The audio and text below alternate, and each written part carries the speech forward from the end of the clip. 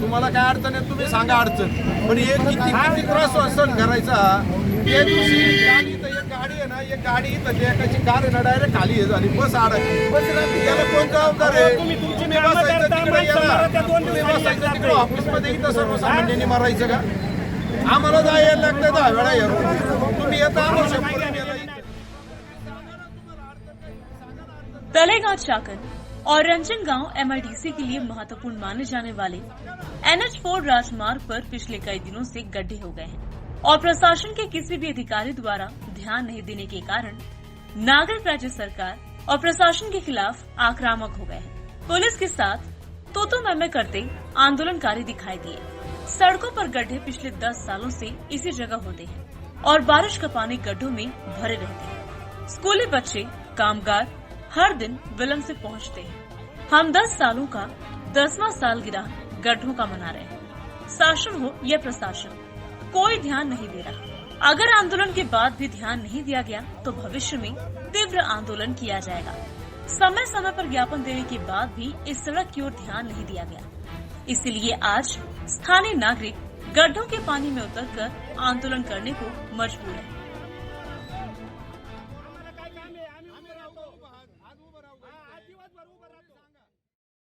ये गड्ढों की समस्या अराउंड 10 साल से चल रही है। इसी रास्ते पे यही जगहों पे गड्ढे हो रहे हैं। ये हम अगर उपहास के भाषा में अगर बताया जाए तो ये गड्ढों की 10वीं सालगिरह है। ये सालगिरह ये लोग मिल के मना रहे हैं हम।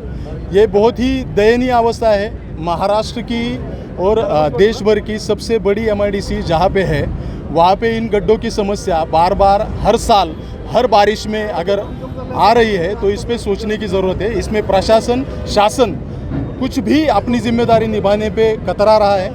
हर एमआईडीसी के 2 पार्ट है। चाकन एमआईडीसी से रांजनगांव एमआईडीसी जाने वाला मेन रोड यही है, जो यहाँ पे आने पे कम से कम हर आदमी 2 घंटा अपने ट्रैफिक में बिताता है। तो अपने लाइफ की बहुत सारी चीज़ें इनको ट्रैफिक में ही निकालनी पड़ती है। बच्चों के स्कूल के मुद्दे हैं, स्कूल के बच्चे 2-2 घंटे स्कूल के बसों में बैठे हुए हैं। हर कंपनी का कामगार जो है वो सुबह 7 बजे निकलकर 9 बजे ड्यूटी पे नहीं पहुंच पा रहा है। तो ये सभी मुद्दे हैं, इन पे गवर्नमेंट ने और प्रशासन ने दोनों ने भी गांभीर्य से सोचना चाहिए इसके बारे में। मुझे ऐसा लगता है इसके बारे में अगर नहीं कुछ इंतज़ाम किए जाते तो अगले टाइम ये आंदोलन बहुत बड़े स्केल में महाराष्ट्र के लेवल तक वो जाएगा।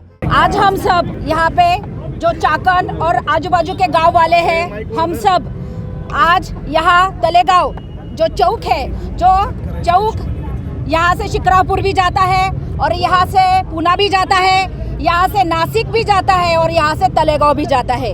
अगर हम देखेंगे तो चारों बाजू ऐसी है कि महाराष्ट्र के नकाशे पे अगर सोचा जाए तो हमारी चाकन एमआईडीसी, हमारा खेड़ जो संत ज्ञानेश्वर महाराज, संत श्रेष्ठ श्री तुकाराम महाराज, इनके पदस्पर्श से पावन हुई ऐसी हमारी भूमि है। और आज इस भूमि का अगर आप देखेंगे तो क्या हाल हुआ है।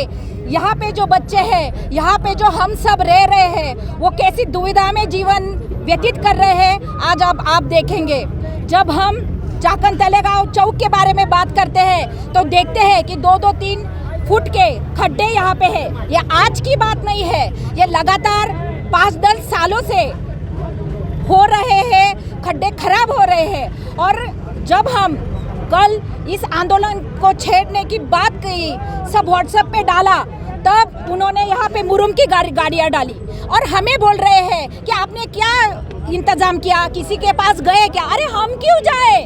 हम तो दिन भर इसी सोच में लगे रहते हैं कि हम कमाए कैसे, खाए कैसे, हम अपना जीवन व्यतीत करें कैसे। ये जो अधिकारी लोग हैं उनकी कुछ जवाबदारी, उनकी कुछ रिस्पॉन्सिबिलिटी होनी चाहिए कि ये जो खड्डे हैं यहाँ पे कौन कौन जाते हैं, यहाँ पे कैसे एक्सीडेंट होते हैं, उनका कुछ वो ध्यान रखते नहीं। इसीलिए आज हमने ये आंदोलन छेड़ा है कि कभी तो प्रशासक अब उड़ जाए और हमारी तरफ देखे और ये इन खड्डों को बुझा दे। और ये जो हम सब यहाँ पे व्यतीत होके आए हैं, कुछ तो हमारा ध्यान रखे। हमें कुछ नहीं चाहिए, हमें विमान नहीं चाहिए, हमें एक्सप्रेस हाईवे नहीं चाहिए, हमें बुलेट ट्रेन नहीं चाहिए। अरे हमारे दिनचर्या के लिए जो बहुत सही है वो तो कर दो, पहले यहाँ के खड्डे तो कम करो, तो हम सुबह से शाम तक यहाँ से जा सके और अपना जीवन अच्छी तरह से व्यतीत कर सके, इतनी हमारी मांगनी है। Bureau report, VSRS news, Pune, Maharashtra.